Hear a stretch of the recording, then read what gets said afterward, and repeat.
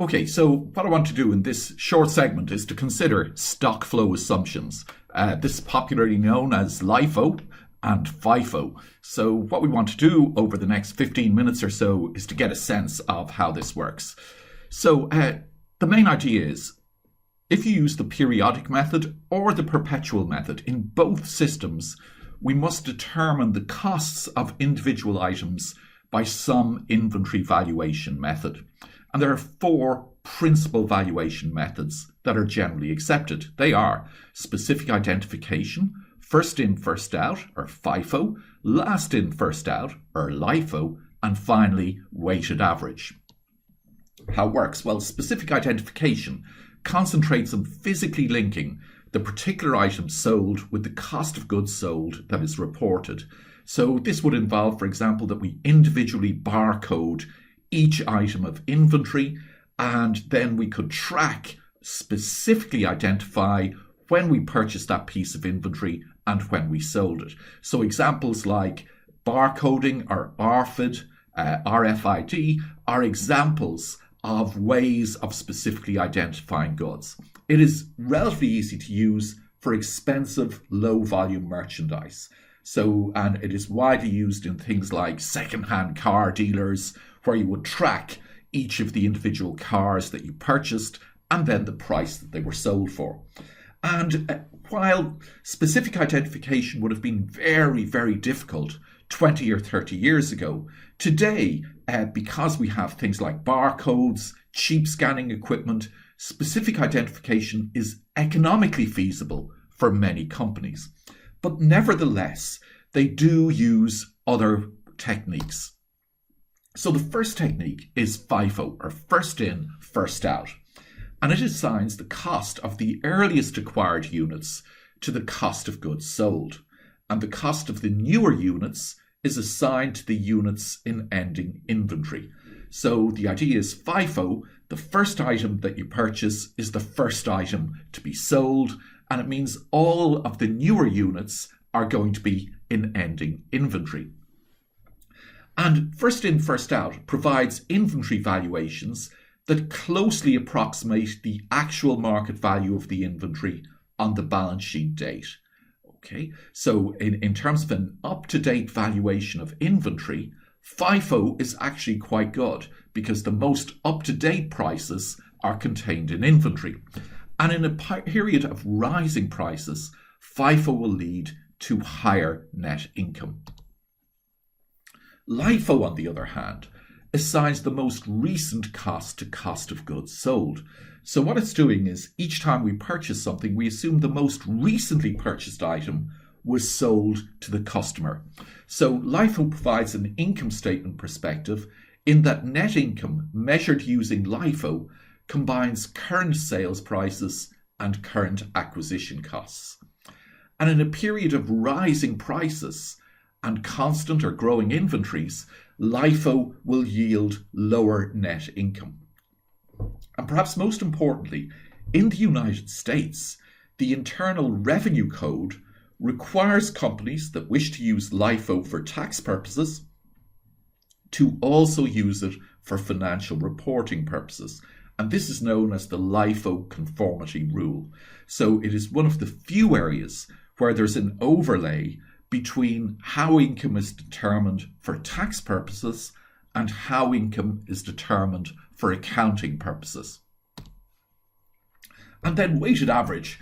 This is really a European method in many ways. Well, I think of it as European because it involves saying, we don't know whether to use FIFO or LIFO, let's use an average. So for those of you who cannot make up your minds, the weighted average method manages to do that. So let's have a look at an example. Okay, so just to sort of see how all of this works. So we will have somebody who sells soft drinks, starts the week with no inventory, and then he buys and sells tins of cola. And we'll assume that cola is going up, I don't know, for whatever reasons, but on Monday, he buys one can for 30 cents. Tuesday, buys another can for 40 cents. Wednesday, buys a can for 56 cents. And on Thursday, he sells a can for 90 cents. So the question is, how much profit did he earn selling that can of cola on Thursday? Was it 30 cents, 40 cents, 56 cents, or some mixture of those amounts? So let's go through and see how this might operate. So what I've done here is to lay out how it would look for each of these possible options. So the first thing is that revenues, no matter which of these methods we use, is going to be the same. It's going to be 90 cents. And then we have to calculate cost of goods sold. So let's start with specific identification. We could say that the can that we purchased on Monday is the one that we sold. That would give rise to gross profits of 60 and ending inventory of 96. Alternatively, we could say, it wasn't the one that we sold on Monday. It was the one, it wasn't the one that we bought on Monday. It's the one that we bought on Tuesday. In which case, cost of goods sold would be 40 cents. Gross profits would be 50 cents and ending inventory would be 86 cents. Next possibility. The tin that we sold on Thursday was the one that we purchased on Wednesday. So it cost us 56 cents. So that means we'll have gross profits of 34 cents and ending inventory of 70 cents. So what you can see here is that really what we're doing is allocating cost of goods available for sale. So we have the 3 units of inventory, and we're basically saying they are the cost of goods available for sale, and we have to divide up those 3 units of inventory between cost of goods sold and ending inventory. Now, specific identification, you may say, well, that sounds really good. We specifically identify the can that was sold, and that means we can measure the amount of profit from that can. Only problem with it is, it could give rise to cherry picking, because supposing we want to report really high profits, then what we do is make sure that we sell the can that we purchased on Monday. Or alternatively, if we wanted to report really low profits, when a customer comes in, we pick out the can that we purchased on Wednesday and we will give them that can, and that will result in lower gross profit. So you can see specific identification sounds attractive, okay, but it also is open to possibly cherry picking. So for that reason, we might say, well, it's not quite as good as we had hoped. Now, the next approach is first in, first out. So that basically says the first item we purchased is the first item that we sold. So the first item we purchased was on Monday for 30 cents, and that means we'll have gross profits of 60 cents and 96 cents of ending inventory. LIFO, on the other hand, says let's choose the one that we purchased most recently, the one that we purchased on Wednesday, and that was 56 cents. So we basically say then the cost of goods sold is 34 cents and that ending inventory is 70. And then finally, for the Europeans amongst you who cannot make up your minds what to do, there is the weighted average method. And the weighted average method basically involves that we add up each of the units. So we have one that costs 30, one that costs 40, one that costs 56, divide by 3, and we get an average cost of 42 cents. So that means that our gross profit will be 48 cents and our ending inventory will be 2 units at 42 cents a piece, which is 84 cents. Now, let's have some observations here. Firstly, if prices are going up, so the key thing that's driving this is prices changing. If prices didn't change, we wouldn't care whether we use specific identification, FIFO, LIFO, or weighted average. However, if prices are increasing, what happens is that FIFO will result in higher gross profits and LIFO will result in lower gross profits. Then have a look at the inventory numbers. So you can see under FIFO, the most recently purchased items are in inventory, so the inventory valuation is more up to date. Whereas LIFO, what's going on is it's the earliest purchased units are in ending inventory, and so as a result, ending inventory is a little bit more out of date. It reflects prices on Monday and Tuesday rather than prices on Tuesday and Wednesday. And then weighted average, as you can see, ends up being halfway between LIFO and FIFO. So if you can't make up your mind, use weighted average. Now, in the United States, companies can choose any of the four methods to record cost of goods sold. But outside the United States, LIFO is generally not accepted. So in Europe, we are not permitted to use LIFO. Then what else could we say? We could say that 3 out of the 4 methods are not linked to the physical flow of merchandise. So the only method that reflects the actual flow of merchandise is going to be specific identification.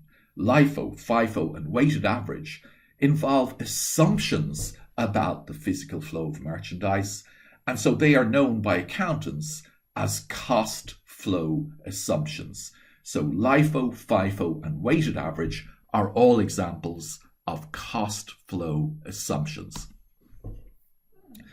And basically, we can say that the difference in these methods centers on how inventory costs are allocated between inventory and cost of sales. So we can think about it. We have cost of goods available for sale, which is our beginning inventory plus purchases. And then we have to allocate that amount between ending inventory and cost of goods sold.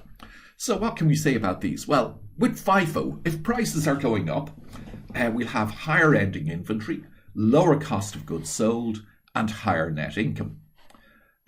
If prices are going down, on the other hand, FIFO turns it all on its head. We'll have lower ending inventory, higher cost of goods sold, and lower net income.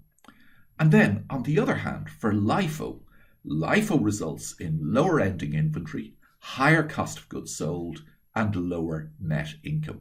But if prices are going down, LIFO is the reverse. It results in higher net income. Now, you may say, well, this sounds great. Why don't we switch our assumptions? If we want high profits this year, we'll use FIFO. If we want low profits, we'll use LIFO. So you can see this would be open for much abuse. So the idea is that companies can choose any of these inventory cost flow assumptions, but they must be consistent over time with the method they choose. And consistency is known as conformity from period to period with unchanging policies and procedures. Okay, so a change in market conditions may justify a change in inventory method, but should you change inventory methods, you must note that change in the financial statements. So the idea is we have a convention in accounting that says that you should be consistent from one period to the next. You're not allowed every year to turn around and choose a different accounting policy, a different inventory cost flow assumption. Now, so we've had a look at LIFO, FIFO, weighted average, and specific identification. I want to just focus on one insight that you can get from this conversation, and that is the idea of holding gains. So consider a jeweler. Supposing a jeweler, takes a bit of gold and transforms it into something pretty. And we'll suppose that a jeweler buys an ounce of gold on the 1st of March for $1,000. And then what happens is the price of gold shoots up so that on the 10th of March, gold is selling for $1,600. So gold prices shoot up between the 1st of March and the 10th of March. And then the jeweler's job is to add a little bit of value to this piece of gold and to try and sell the piece of gold.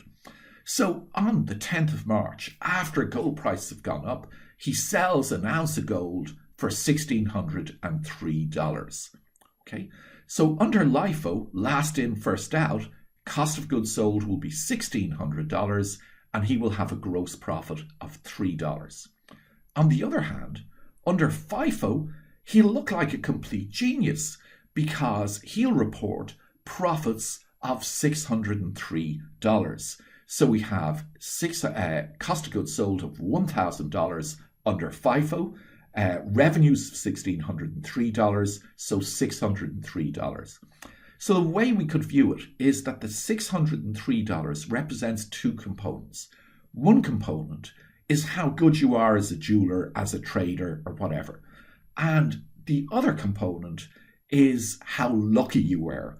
In other words, holding gains. Simply, gold prices went up. It had nothing to do with the fact that you are a great jeweler. So the whole idea is that what we can see from this conversation about LIFO and FIFO, what LIFO is allowing us to do by using more recent prices is to pick up whether one is, good at the underlying management of the business, or simply that what's going on here is you got lucky. Prices went up. So it would be probably unfair to conclude that she was an excellent jeweler, because of the 603 of profits, 600 was luck and $3 was being a jeweler.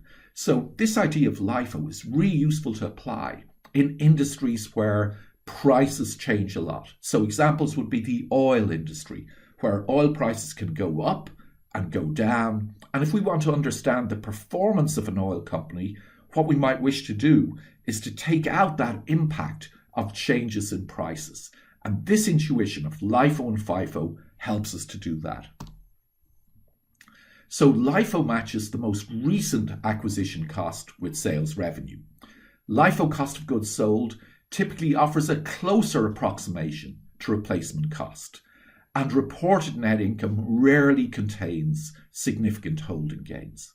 On the other hand, FIFO reports a profit which includes an economic profit plus the holding gain, because the value of the inventory rises over time.